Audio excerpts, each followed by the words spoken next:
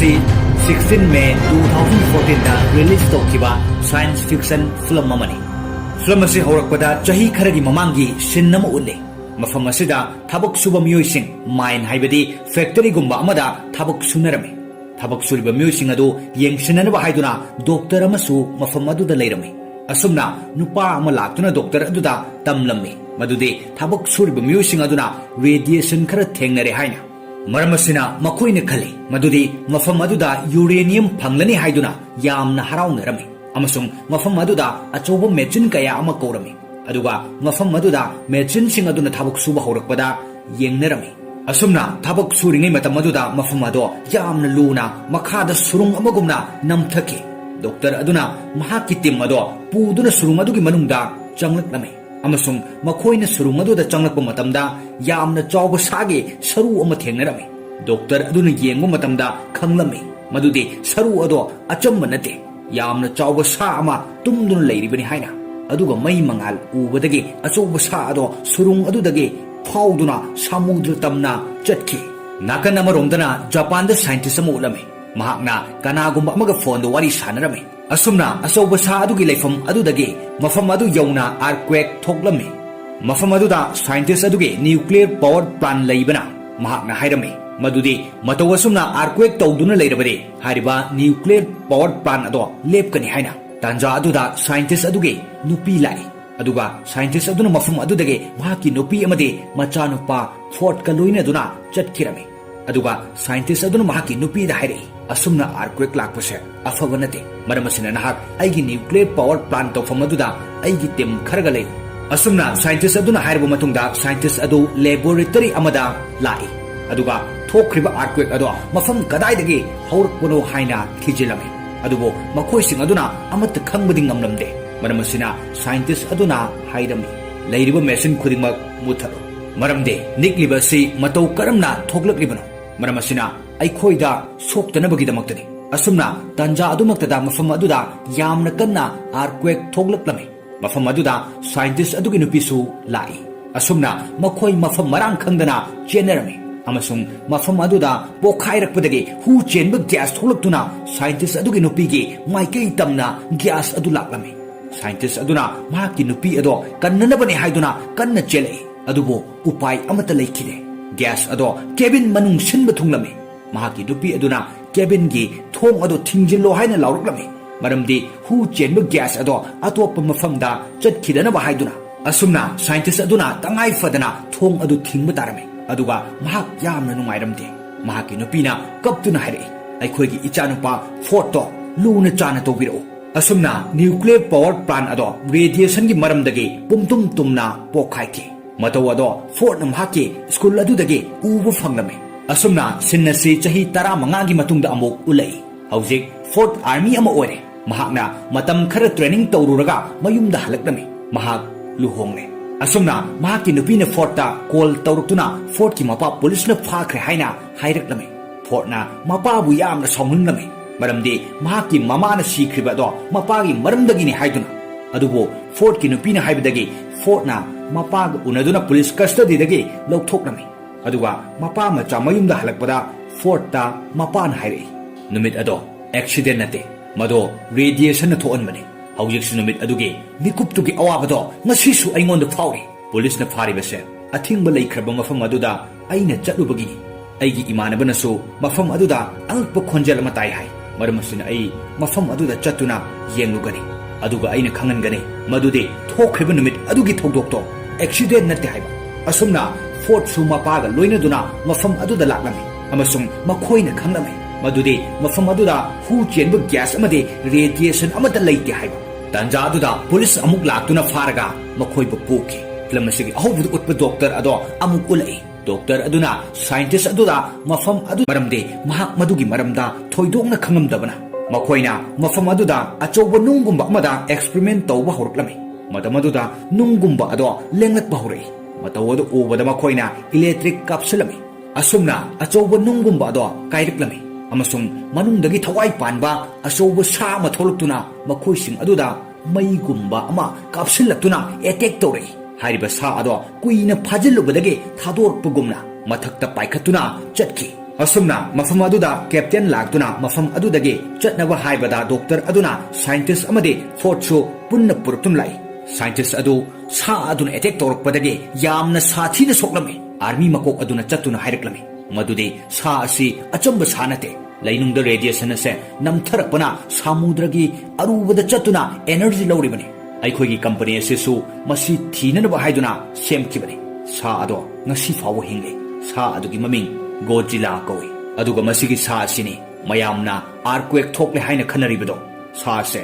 Japan power plant adu tamna chalibani maramdi mafam adudagi energy yam lowba ngamnana ba haiduna asumna mafam aduda scientist adu sirami asumna mafam aduda leiriba myoising ado yamna wanarami maramdi ngasi ama siriba asumna hayeng su sa adugi maramdagi sigadra khanbada asumna tanja aduda army makok aduda phone ama laktuna samudra manungdagi angakpa khonjal tai haiduna hairi mafam aduda sa adu leiduna nuclear charaga energy lowribani haiba khanglami masiga loinana makoina atopa signal amasu phanglami maramasina mafam aduda miyoi khara thaduna yenghallami samudra adudagi achoba sa ado thoklaktuna city manung changlakami maramasina city aduda leinariba mipum khudingmak yamna kinarami asumna Godzilla adu ulai aduga Godzilla ado yamna sauna lawi aduga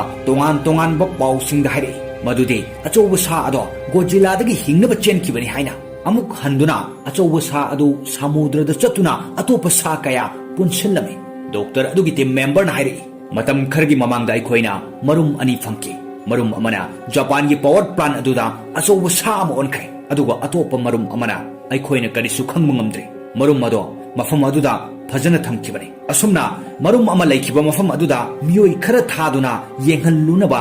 haiki aduga mafam aduda laktuna yengbada marum adudagi sa onduna thokirame asumna khangba ngamki madude sathiba atopa sa amana hairiba yengba lakba marum adudagi onkibani haiba asumna sa aduna atopa mafamda chatuna amang ata kaya thokgalame amasung police singna sa anidu yamna kanna thiba horaklame doctor aduna atopa sa ado footage amada uwa fanglame amasung mahakna sa ado uraga khangke madudi atopa masa panba sa adumna hairiba atopa sa asidi masa pande haiba maramasidagi mahakna research tawba matamda masa panba sa ado amomne aduga masa panba sa aduna labani haiba khanglame asumna fort chu army oibana mafam khuding makta mahakpu su tharame maramdi hairiba sa sing ado makoina thingnaba haiduna atopa sinamada captain ado ulame aduga mahakna hairi sa sing asina yamna chawna mang taale aduga army makok aduna amuk khumlai sa sing asi aikhoina yamna sathiba nuclear bomb bokhai handuna hatkadabani captain aduna amuk khumlai adumna tawrabadi makhoida hena kankhat khragani maramdi makhoidi nuclear yamna pambanina aduga maramasidagi makoi hena kankhat kigani army makok aduna masidagi henba aikoi kari tawni yengba tabani hari asumna sa anidu energy launana bahaiduna samudra amada chatame samudragi aruba mafamdagi makoigi radiation energy mayam ama fangbang ngamlami aduga Godzilla aduna sa anido hatna bahaiduna laklami amasung mipum khuding maksu samudra tamna laknarame amasung makoina nuclear bomb su puruklami hona pumnamak ado kupna yenglami asumna makoina bomb ado jahaz amada haplami tanja aduda sa laba adu laktuna jahaz aduda attack tawduna nuclear bomb adu puduna chatkirame asumna sa anidu mafam adudagi lakna chatkirame maramdi makoina pamba energy ado bomb adudagi ka hena fanglani haiduna asumna captain amadi army makok aduna khalamba bomnamak amangba oikirame makoina khanake madudi aikhoigi upai amata leitre Godzilla na aikhoibu kanbiba natana asumna khanake asomdana asoba sa aduna city da laktuna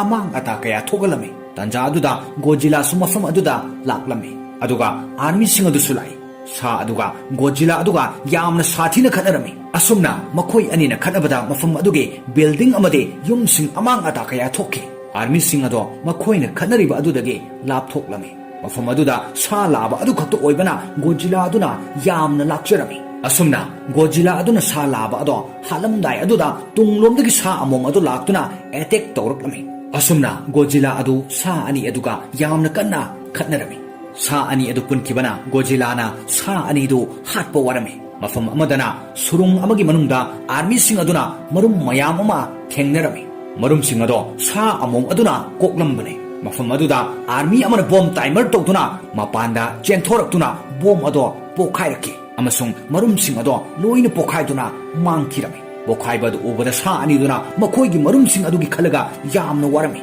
maramasina sa anido Godzilla ga khanaramba ado thadokladuna makhoigi marum leifam adu tamna lai bom pokhaiba adugi matengdagi Godzilla aduda energy phanglami fangliba energy ado mahakna sizinaduna mayadagi mai kamthokladuna sa aniduda kamsilami asomna Godzilla adu yamna kankhalagami aduga Godzilla aduna sa laba ado hadami madu uraga sa among madu haningai leitana sauruklami aduga marum sing adu army sing aduna pokai hankibagisu yamna sauraduna sa among aduna fort tamna changlakpada Godzilla na tunglomdagi sa adu faraga maya fatutuna radiation sing adu Godzilla na kamsilami aduda sa adu yamna narami aduga mafum aduda sa adu sirami aduga fort su yamna soklami amasung army sing aduna fort po mafam adudagi layeng na nabahayduna puki mathangi numita Godzilla adu urami Godzilla aduna waraduna hiptharaga mamid ushinbada miyamna sikhre haina khanarami adubo Godzilla adu hogolaktuna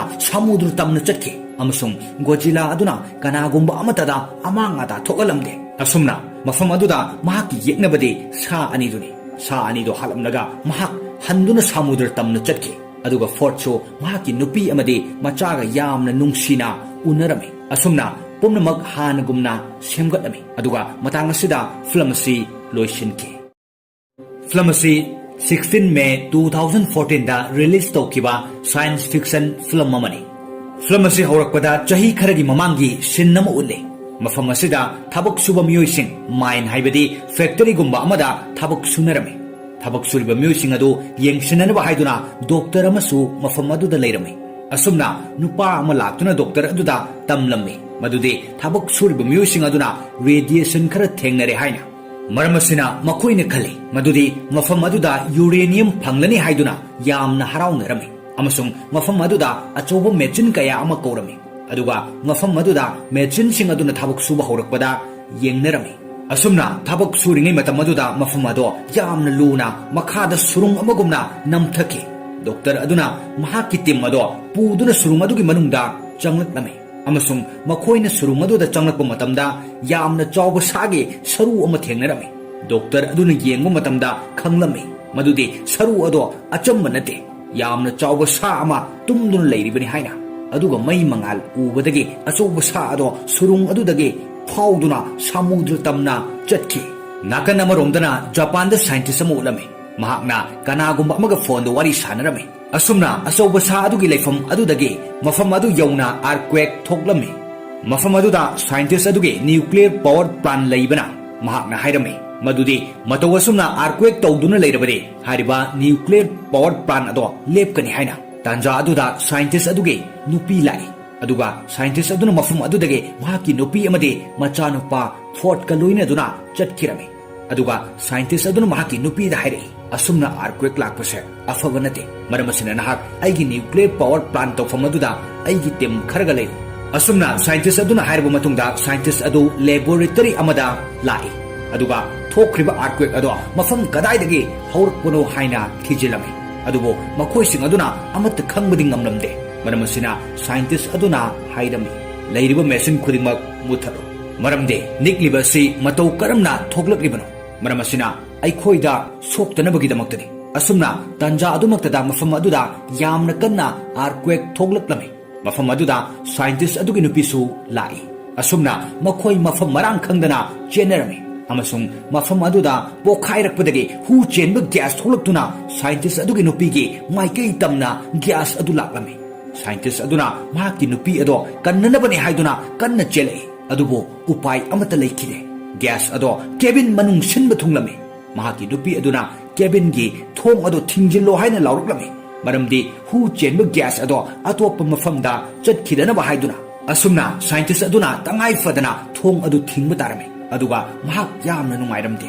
mahaki nupina kaptuna haire aikhoigi ichanupa photo luna chana tobiro asumna nuclear power plant ado radiation gi maramdagi pumtum tumna pokhaiki mataw ado fort namhaki school adudagi ubu fanglami asumna sinnasi chahi 15 gi matungda amuk ulai hawjik fort army ama ore mahakna matam khara training tawruraga mayumda halaklami mahak luhongne asumna mahaki nupina forta call tawruktuna fort ki mapa police na phakre haina hairaklami fort na mapa bu yamna saunglami maramdi mahaki mama na sikriba do mapa gi maramdagi ni haiduna adubo fort ki nupina haibadagi fort na mapa ga unaduna police custody dagi lokthoknami aduga mapa macha mayumda halakpada fort ta mapa na hairei numit ado accident nate mado radiation na thoonmani hawjik sunumit adugi mikuptugi awabado ngasisu aingonda fauri police na phari base athingba leikraba mafam aduda aina chatubagi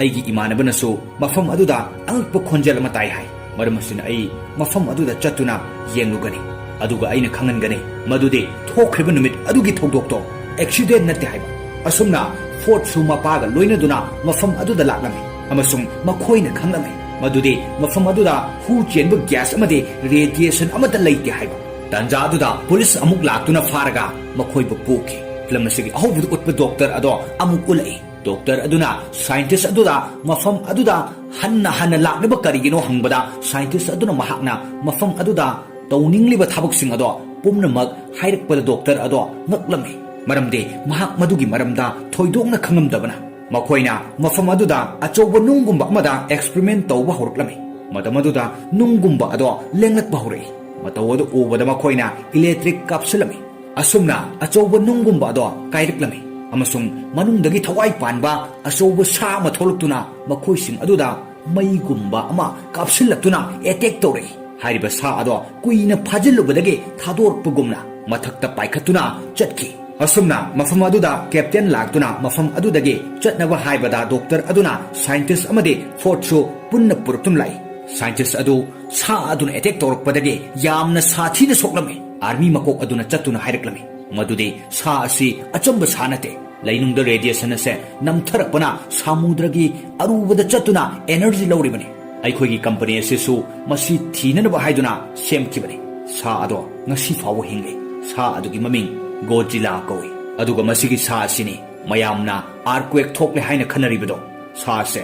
Japan power plant adu tamna chalibani maramdi mafam adudagi energy yam lobu ngamnana ba haiduna asumna mafam aduda scientist adu sirami asumna mafam aduda leiriba myoising ado yamna wanarami maramdi ngasi ama siriba asumna hayeng su sa adugi maramdagi sigadra khanbada asumna tanja aduda army makok aduda phone ama laktuna samudra manungdagi angakpa khonjal tai haiduna hairei mafam aduda sa adu leiduna nuclear charaga energy lawribani haiba khanglami masiga loinana makoina atopa signal amasu phanglami maramasina mafam aduda miyoi khara thaduna yenghallami samudra adudagi achouba sa ado thokluktuna city manung changlakami maramasina city aduda leinariba mipum khudingmak yamna kinarami asumna Godzilla adu ulai aduga Godzilla ado yamna sauna lawi aduga tongan ba pausingda hairei madude achouba sa ado Godzilla dagi hingnaba chenkibani haina amuk handuna achouba sa adu samudrada chatuna atopa sa kaya punshillami doctor adugi team member na hairei matam khargi mamangda aikhoina marum ani phangki marum amana Japan gi power plant aduda achouba sa ama onkhre aduga atopa marum amana aikhoina karisu khangma ngamdre marum ado mafam aduda fajana thamkibani asumna marum ama laikiba mafam aduda miyoi khara thaduna yenghallunaba haiki aduga mafam aduda laktuna yengbada marum adudagi sa onduna thokirami asumna khangba ngamki madude sathiba atopa sa amana hairiba yengba lakba marum adudagi onkibani haiba asumna sa aduna atopa mafamda chatuna amang ata kaya thokhalami amasung police singna sa anidu yamna kanna thiba horaklami doctor aduna atopa sa ado footage amada uwa fanglami amasung mahakna sa ado uraga khangke madude atopa masa panba sa adumna hairiba atopa sa asidi masa pande haiba maramasидagi mahakna research tawba matamda masa panba sa ado amomne aduga masa panba sa aduna labane haiba khanglami asumna fort su army oibena mafam khuding makta mahak pusu tharami maramdi hairiba sa sing ado makoina thingnaba haiduna atopa sinamada captain ado ulami aduga mahakna hairi sa sing asina yamna chawna mang taale aduga army makok aduna amuk khumlai sa sing asi aikhoina yamna sathiba nuclear bomb bokhai handuna hatkadabani captain aduna amuk khumlai adumna tawrabadi makhoida hena kankhat khragani maramdi makhoidi nuclear yamna pambanina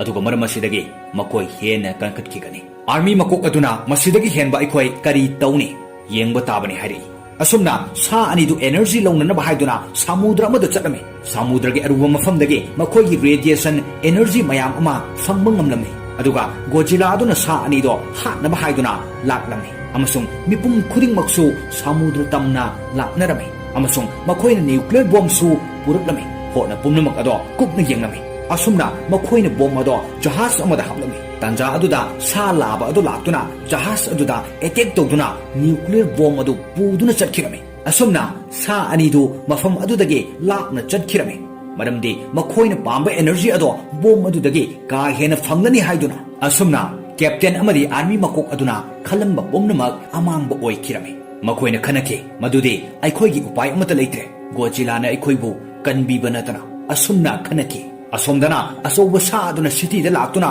amang ata kaya thogalami tanja aduda Godzilla sumafam aduda laklami aduga army sing adu sulai sa aduga Godzilla aduga yamna sathina khanarami asumna makhoi ani na khanabada mafam aduge building amade yum sing amang ata kaya thokki army sing ado makhoi na khanariba adudage lap thoklami mafam aduda sa laba adu khakto oibana Godzilla aduna yamna lakcherami asumna Godzilla aduna sa laba ado halamdai aduda tunglomdagi sa among adu laktuna attack tawraklami asumna Godzilla adu sa ani aduga yamna kanna khatnarami sa ani adu punkibana Godzilla na sa ani du hatpa warami mafam amadana surung amagi manungda army sing aduna marum mayam ama thengnarami marum sing ado sa among aduna koklambane mafam aduda army amana bomb timer tawduna mapanda chenthoraktuna bomb ado pokhairaki amasung marum sing ado loina pokhaiduna mangkirami pokhaibadu ubada sa ani duna makhoi gi marum sing adugi khalaga yamna warami maram asina sa ani do Godzilla ga khanaramba do thadokladuna makhoi gi marum leifam adu tamna lai bomb pokhaiba adugi matengdagi Godzilla aduda energy phanglami fangliba energy ado mahakna sizinaduna mayadagi mai kamthokladuna sa ani duda kamsilami asomna Godzilla ado yamna kankhalagami aduga Godzilla aduna sa laba ado hatlami madu uraga sa among adu haningai leitana sauruklami aduga marum sing adu army sing aduna pokai hankibagisu yamna sauraduna sa among aduna fort tamna changlakpada Godzilla na tunglomdagi sa adu faraga maya fatokuna radiation sing adu Godzilla na kamsilami aduda sa ado yamna narami aduga mafum aduda sa ado sirami aduga fort su yamna soklami amasung army sing aduna fort po mafam adudage layeng na bahayduna poki mathangi numita Godzilla adu urami Godzilla aduna waraduna hiptharaga mamit ushinbeda miyamna sikhre haina khanarami adubo Godzilla adu hogolaktuna samudru tamna chatki amasung Godzilla aduna kanagumba amatada amangada thogalamde asumna mafam aduda mahaki yeknabade sa ani duni sa ani do halamnaga mahak handuna samudru tamna chatki aduga fort so mahaki nupi amade machaga yamna nungsina unarami asumna pumnamak hanagumna semgatlami aduga matang asida film asi loishinki film asi 16 May 2014 da release tawkiba science fiction film amani film asi horakpada chahi kharagi mamangi sinnama ulle mafam asida thabak suba miyoi mine haibadi factory gumba amada thabak sunarami thabak suriba miyoi adu yengsinanaba haiduna doctor amasu mafam aduda leirami asumna nupa ama laktuna doctor aduda tamlammi madudi thabak suriba miyoi aduna radiation khara thengnare haina maramasina makoina khali madudi mafam aduda uranium phanglani haiduna yamna haraunarami amasung mafam aduda achoba machine kaya ama korami aduga mafam aduda machine sing aduna thabak suba horakpada yengnarami asumna thabak suringai matam aduda mafam ado yamna luna makhada surung amagumna namthaki doctor aduna mahaki tim ado puduna surung adugi manungda changlaklami amasung makoina surung aduda changlakpa matamda yamna chawba sage saru ama thengnarami doctor aduna yengba matamda khanglami madudi saru ado achamba nate yamna chawba sa ama tumduna leiribani haina aduga mai mangal ubadagi achawba sa ado surung adudagi fauduna samudra tamna chatki nakan amaromdana Japan da scientist ama ulami mahakna kanagumba amaga phone do wari sanarami asumna achawba sa adugi leifam adudagi mafam adu yauna earthquake thoklami mafam aduda scientist adugi nuclear power plant leibana mahakna hairami madudi mataw asumna earthquake tawduna leirabade hariba nuclear power plant ado lepkani haina tanja aduda scientist adugi nupi lai aduga scientist aduna mafam adudage mahaki nupi amade machanupa Ford ka loinaduna chatkirami aduga scientist aduna mahaki nupi da haire asumna earthquake lakpase afaba nate maramasina nahak aigi nuclear power plant tawfam aduda aigi team kharaga lei asumna scientist aduna hairba matungda scientist adu laboratory amada lai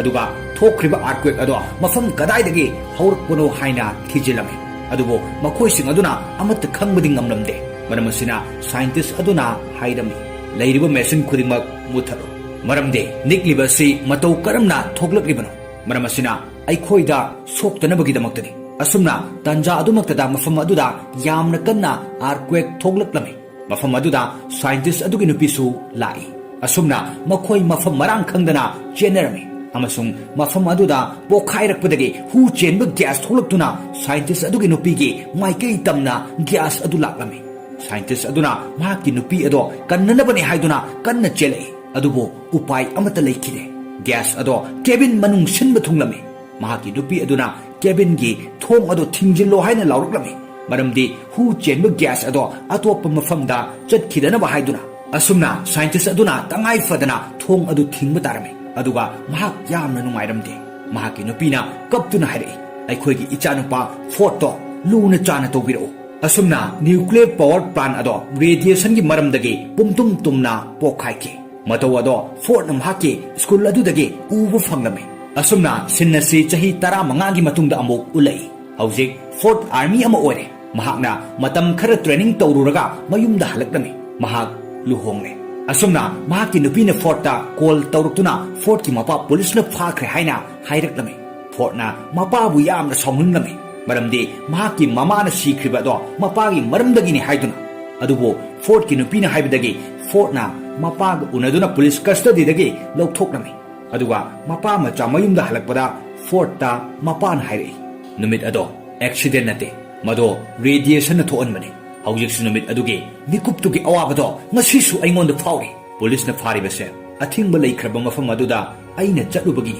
aigi imanabanasu mafam aduda angakpa khonjel ama tai hai maramasina ai mafam aduda chatuna yenglugani aduga aina khangangani madudi thokriba numit adugi thogdokto accident nate haiba asumna Ford su mapaga loinaduna mafam aduda laklami amasung makhoina khanglami madudi mafam aduda hu chenba gas amade radiation amata leite haiba tanja aduda police amuk laktuna faraga makhoiba puki flamasigi ahobudu utpa doctor ado amuk ulai doctor aduna scientist aduda mafam aduda hanna laknaba karigino hangbada scientist aduna mahakna mafam aduda tawningliba thabuksing ado pumnamak hairakpada doctor ado ngaklami maramde mahak madugi maramda thoidokna khangamdabana makhoina mafam aduda achouba nunggumba amada experiment tawba horaklami madamaduda nunggumba ado lenglakba horei matawadu ubada makhoina electric kapsulami asumna achouba nunggumba ado kairaklami amasung manungdagi thawai panba achouba sa ma tholuktuna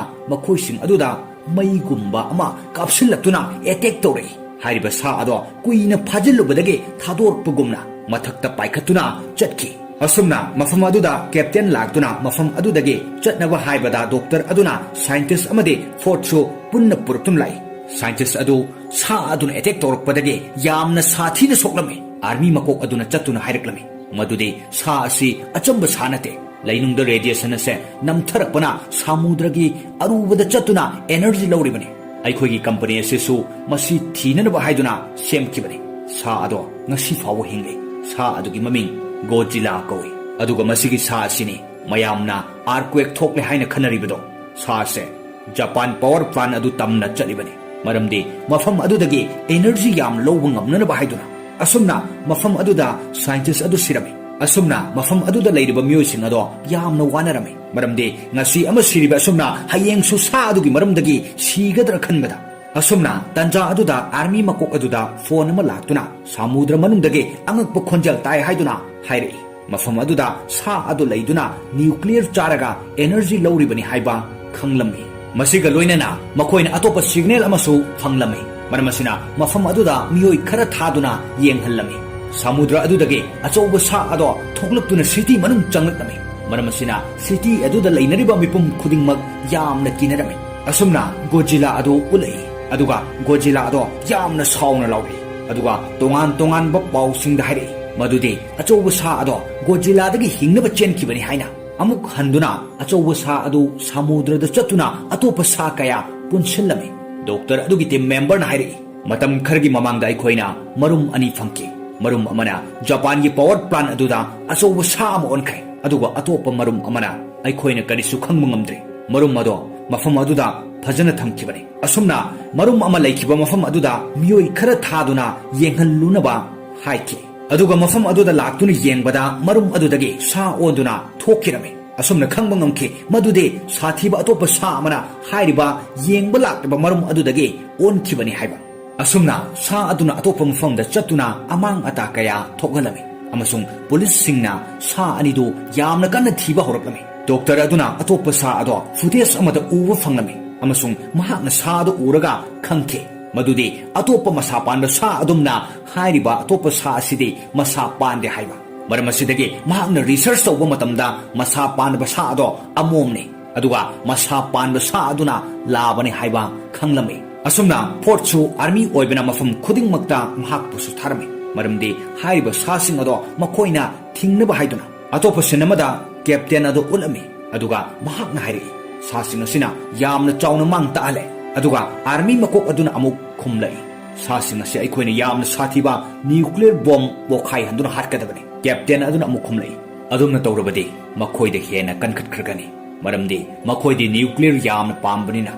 ꯑꯗꯨꯒ ꯃꯔꯝ ꯑꯁꯤꯗꯒꯤ ꯃꯈꯣꯏ ꯍꯦꯟꯅ ꯀꯟꯈꯠꯈꯤꯒꯅꯤ army ꯃꯀꯣꯛ ꯑꯗꯨꯅ ꯃꯁꯤꯗꯒꯤ ꯍꯦꯟꯕ ꯑꯩꯈꯣꯏ ꯀꯔꯤ ꯇꯧꯅꯤ ꯌꯦꯡꯕ ꯇꯥꯕꯅꯤ ꯍꯥꯏꯔꯛꯏ ꯑꯁꯨꯝꯅ ꯁꯥ ꯑꯅꯤꯗꯨ एनर्जी लौननबा हाइदुना समुद्र अमदा चटलमे समुद्र के अरुब मफमदगे मखोइगी रेडिएशन एनर्जी मयाम अमा फंगबा ngamlame aduga गोजिला अदुना सा अनिदो हाटनबा हाइदुना लाक्लमे अमसुंग मिपुम खुदिंगमक्सु समुद्र तमना लाक्नरमे अमसुंग मखोइना न्यूक्लियर बॉम्ब सु पुरक्लमे होना पुमनमक अदो कुपना येंगलमे असुमना मखोइना बॉम्ब अदो जहाज अमदा हापलमे तंजा अदुदा सा लाबा अदो लाक्तुना जहाज अदुदा अटैक तौदुना न्यूक्लियर बॉम्ब अदो पुदुना चटखिरमे असुमना सा अनिदु मफम अदुदगे लाक्ना चटखिरमे मरमदि मखोइना पांबा एनर्जी अदो बॉम्ब अदुदगे का हेना फंगलनी हाइदुना असुमना कैप्टन अमरी आर्मी मकोक अदुना खलंबा पुमनमक अमांगबा ओइखिरमे मखोइना खनके मदुदि अखोइगी उपाय अमता लेत्रे गोजिलाना अखोइबु कनबीबा नतना असुमना खनके असोमदना असोबा सा अदुना सिटीदा लाक्तुना